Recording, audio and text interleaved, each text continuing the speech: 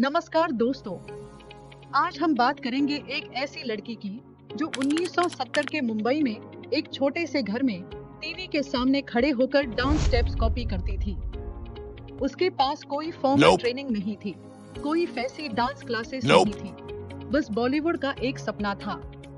यह सपना उसके लिए सिर्फ एक ख्वाब नहीं, बल्कि एक जुनून था जिसे वह हर हाल में पूरा करना चाहती थी, चाहे रास्ते में कितनी भी मुश्किलें क्यों न आए। उसके पास कोई फॉर्मल ट्रेनिंग नहीं थी, बस बॉलीवुड का एक सपना था। लेकिन जिंदगी ने उसे कई झटके दिए, ऐसे झटके जिन्होंने उसे अंदर तक हिला दिया, पर उसके हौसले को तोड़ नहीं पाए। इन झटकों ने उसे और मजबूत बनाया और उसके सपनों को और भी गहरा कर दिया। 15 साल की उम्र में उसके पापा का फिल्म ऊंचे लोग फ्लॉप हो गया और वे स्टोर रूम में रहने लगे। यह उनके परिवार के लिए एक बहुत बड़ा झटका था, जिसने उनकी पूरी जिंदगी बदल दी। एक आलीशान घर से एक छोटे से स्टोर रूम में शिफ्ट होना उनके लिए एक कठिन परीक्षा थी, लेकिन फराह ने इस चुनौती का सामना हिम्मत से किया। फिर 19 साल की उम्र में पापा ने आत्महत्या कर ली, जेब में सिर्फ 30 रुपए थे। यह घटना फराह और उसके भाई साजिद के लिए एक गहरा सदमा थी। अंतिम संस्कार के लिए भी पैसे नहीं थे, रिश्तेदारों से मांगने पड़े, जो उनके लिए एक बहुत ही दर्दनाक अनुभव था। इस घटना ने फराह को अंदर से तोड़ दिया, लेकिन साथ ही उसे जीवन में कुछ बड़ा करने की प्रेरणा भी दी। दोस्तों, यह कहानी है फराह खान की, जो आज बॉलीवुड की कोरियोग्राफी की रानी है, ब्लॉकबस्टर्स डायरेक्ट करती है, लेकिन शुरुआत में बिल्कुल शून्य।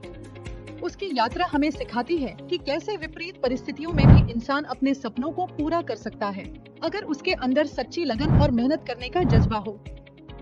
कोई कनेक्शन नहीं, कोई पैसा नहीं, सिर्फ हिम्मत। वह सोचती थी, मैं करूंगी, चाहे कितनी भी मुश्किलें आएं।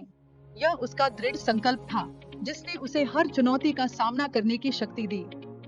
उसने कभी हार नहीं मानी और हमेशा अपने लक्ष्य की ओर बढ़ती रही, चाहे रास्ता कितना भी कठिन क्यों न हो। आज वह हमें सिखाती है कि सफलता विशेषाधिकार से नहीं, मेहनत से आती है। आइए देखें कैसे एक टूटे हुए घर से वह क्वीन बन गई। उसकी कहानी हमें यह भी बताती है कि अगर आप अपने काम में पूरी तरह से समर्पित हैं, तो कोई भी बाधा आपको अपने लक्ष्य तक पहुंचने से नहीं रोक सकती। फराह का जन्म 1965 में एक फिल्म परिवार में हुआ था। पापा Kamran Khan stuntman, writer, director थे। उनका बॉलीवुड में एक बड़ा नाम था और परिवार एक आरामदायक जीवन जी रहा था। बॉलीवुड में उनका बड़ा नाम था, लग्जरी कार थे, बड़ा घर। फराह और साजिद स्कूल में सेंट जेवियर्स जाते थे, लाइफ सेट थी। वे एक खुशहाल और समृद्ध परिवार में पले बढ़े थे, जहां उन्हें हर सुविधा उपलब्ध थी। लेकिन 1980 में पापा की फिल्म ऊंचे लोग फ्लॉप हो गई। सारी सेविंग्स चली गई, कर्ज बढ़ गया। यह उनके परिवार के लिए एक बहुत बड़ा झटका था, जिसने उनकी आर्थिक स्थिति को पूरी तरह से बदल दिया। घर बेच दिया, परिवार स्टोर रूम में शिफ्ट हो गया। 6 साल वहां रहे, एक छोटे से कमरे में, जहां बारिश में पानी टपकता था।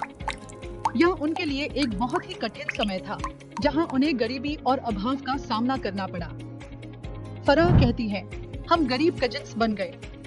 रिश्तेदारों के पास जाते, खाना मिल जाता, लेकिन घर खाली पेट सोने की आदत पड़ गई। यह उनके बचपन का एक दर्दनाक अनुभव था, जिसने उन्हें जीवन की कठोर सच्चाइयों से रूबरू कराया। फराह 19 की थी जब पापा ने खुद को खत्म कर लिया। कारण फाइनेंशियल प्रेशर, डिप्रेशन। यह घटना उनके जीवन का सबसे बड़ा मोड़ थी, जिसने उन्हें अंदर से झकझोर दिया। फराह और साजिद टूट गए। वह कहती है, पहले मैं लेजी थी, अब। इस घटना ने उन्हें जीवन में आगे बढ़ने और अपने परिवार की जिम्मेदारी उठाने के लिए प्रेरित किया। कॉलेज छोड़ दिया, डांस सीखना शुरू किया। कैसे? दूरदर्शन पर जो भी डांस दिखे, कॉपी करती। उसने बिना किसी औपचारिक प्रशिक्षण के अपनी लगन और मेहनत से डांस सीखा, जो उसकी दृढ़ इच्छा शक्ति का प्रमाण है। 1980 के अंत में बैकग्राउंड डांसर बनी। छोटे रोल्स, 50 रुपए पर डे। फिर असिस्टेंट कोरियोग्राफर। यह उसकी कड़ी मेहनत और संघर्ष का परिणाम था, जिसने उसे धीरे धीरे सफलता की सीढ़ियां चढ़ने में मदद की। पहला ब्रेक 1993 खलनायक का चोली के पीछे क्या है, माधुरी दीक्षित के साथ फराह ने खुद स्टेप्स बनाए।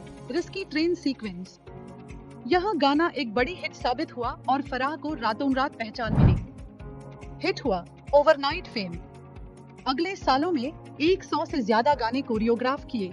दिल से का छैया छैया, मलाइका के साथ ट्रेन पर डांस।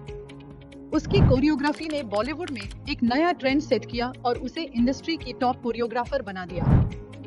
SRK, आमिर, सलमान सबके साथ काम।